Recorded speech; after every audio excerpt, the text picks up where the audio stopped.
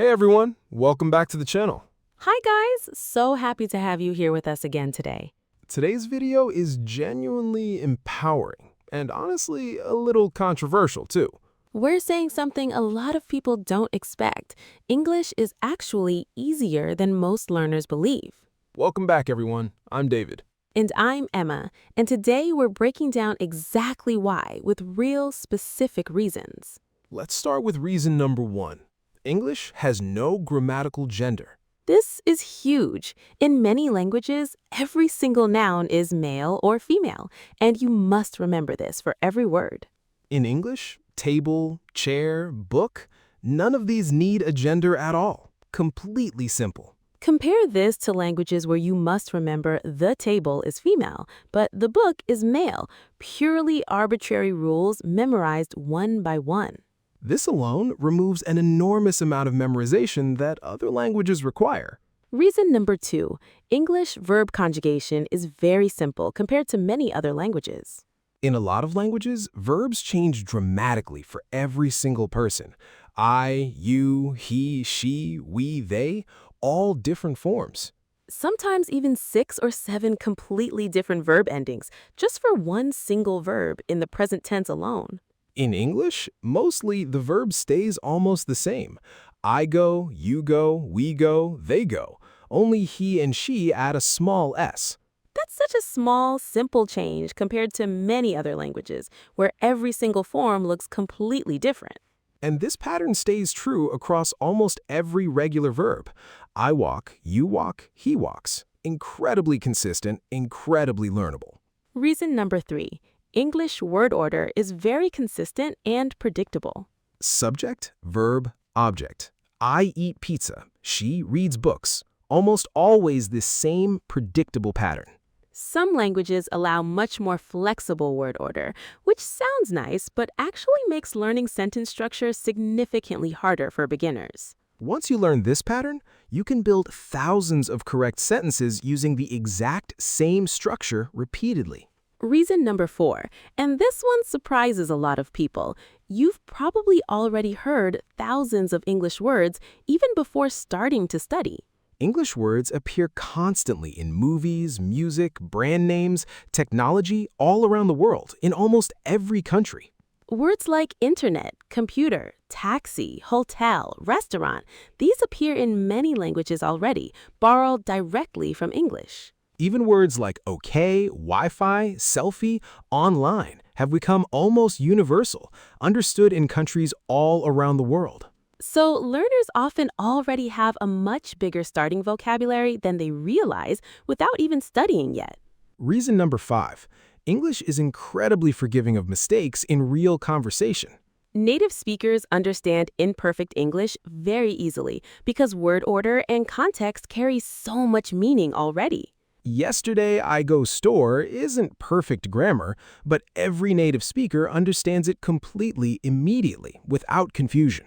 That's such an important, reassuring point. Small grammar mistakes rarely block real communication in English. Reason number 6. There are no complicated formal and informal verb forms like in many other languages. In some languages, you must choose completely different words depending on who you're speaking to: elders, strangers, friends. In English, mostly you use the same basic words, just adjusting politeness slightly. Please, could you, would you mind? That's such a huge simplification compared to languages with complex formality systems built directly into grammar. You never need to worry about accidentally using the wrong level of a verb just because you're speaking to your boss instead of a friend. Reason number 7. English uses very few noun cases compared to many languages. In some languages, nouns change form depending on their grammatical role: subject, object, possession, each with different endings. Sometimes 4, 5, even 6 different case endings for every single noun depending on its role in the sentence. In English, nouns mostly stay the same. Dog is dog, whether it's the subject or the object of a sentence. Only a small s gets added for possession, the dog's toy, and that's basically the entire complexity there. Reason number 8. Contractions actually make spoken English shorter and simpler once you learn the pattern. I am becomes I'm. Do not becomes don't. Cannot becomes can't. Shorter, quicker, once the pattern feels natural. These aren't extra complexity, they're actually simplifications, making real spoken English faster and easier. And there's a limited, learnable set of these contractions too, not an endless list to memorize randomly. Reason number 9. English pronunciation, while sometimes tricky in spelling, has relatively simple sounds overall. Compared to some languages with many complex tonal sounds or unusual throat sounds, English mostly uses sounds found in many world languages already. This means many learners already have the physical ability to make these sounds. They just need practice connecting them to specific words. Can you give an example of what makes tonal languages harder for comparison? In tonal languages, the same syllable can mean completely different things depending on pitch. Rising, falling, flat. One small pitch mistake changes the entire meaning. English doesn't rely on tone this way at all, does it? Not at all. English uses tone for emotion and emphasis, but rarely changes a word's core meaning based on pitch alone, which removes a genuinely difficult layer for many learners. Reason number 10, our final reason today.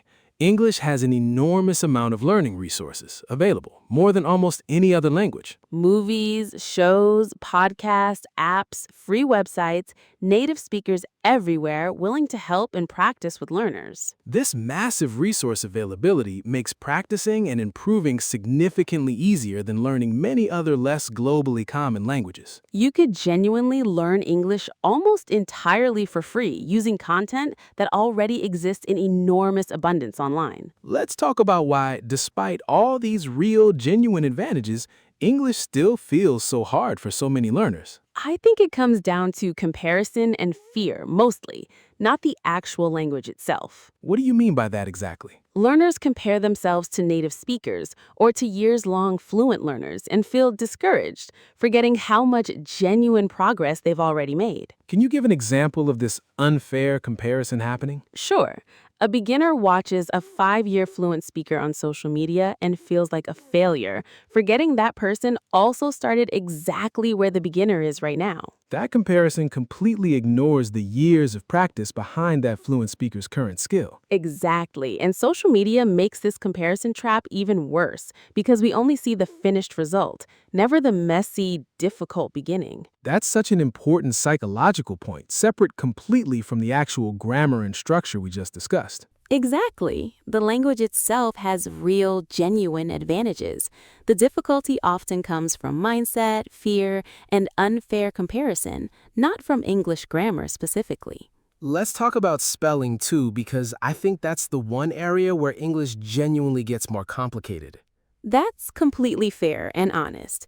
English spelling doesn't always match pronunciation perfectly, and that part is genuinely tricky sometimes.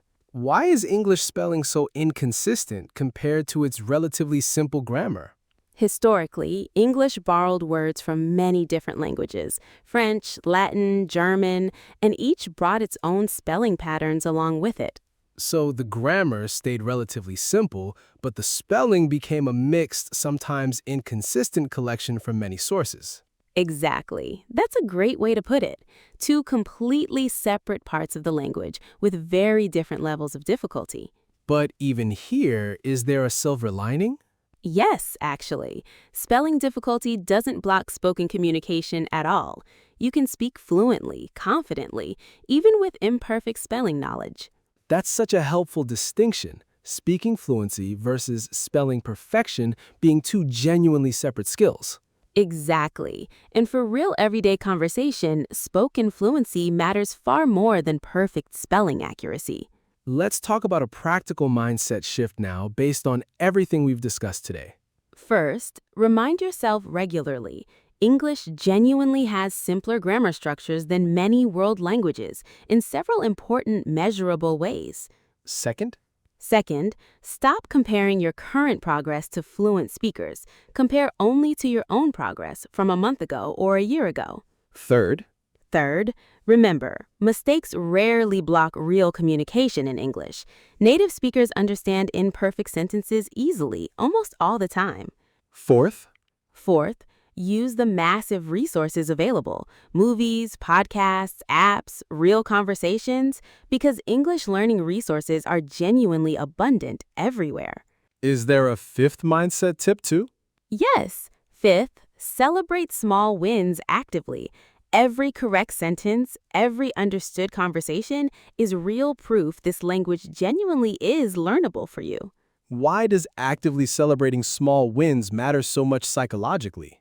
Because our brains naturally focus on mistakes and struggles more than successes, so we have to intentionally balance that natural tendency with real, deliberate recognition of our progress. That's such a practical, useful addition to this list. It really is. Confidence builds gradually through consistently noticing what's working, not just endlessly focusing on what still feels difficult. Let's do a quick practice exercise showing how forgiving English actually is with imperfect grammar. I'll say a sentence with small mistakes, and you tell me if you understand it anyway. Go ahead. She don't like coffee, but she drink tea every morning. Completely understandable. Small grammar mistakes, but the meaning is 100% clear. Exactly. This proves the point perfectly. Communication succeeded completely even without perfect grammar. Let's do one more example. Yesterday, I go to park with my friend. We eat ice cream and talk long time. Again, completely clear, completely understandable, despite several small grammar mistakes throughout that sentence. This is exactly why English forgives mistakes so well. Word order and context carry the meaning, even when grammar isn't perfect. Let's try one final example, just to really drive this point home. My sister, she work in hospital. She help many people every day. She very tired but happy. Still completely clear. We understand exactly who she is, what she does, and how she feels, despite multiple small errors. 3 examples, all completely understandable, all proving the same reassuring point about English specifically. Let's talk about confidence too, because I think this message matters deeply beyond just grammar facts. It really does. So many learners feel ashamed of their current level when really English genuinely gives you more room for error than many other languages. What would you say to someone who still feels like English is impossibly difficult for them personally? I would say difficulty often lives more in our fear and comparison than in the actual language structure itself. That's such a powerful, encouraging reframe. It really is. And it's genuinely backed by real linguistic facts, not just motivational talk. Let's add one bonus reason too, an 11th one, because I think it's genuinely worth mentioning. Go ahead, I'm curious. English has relatively few irregular plural forms compared to many languages. Most nouns simply add an S. Cat becomes cats.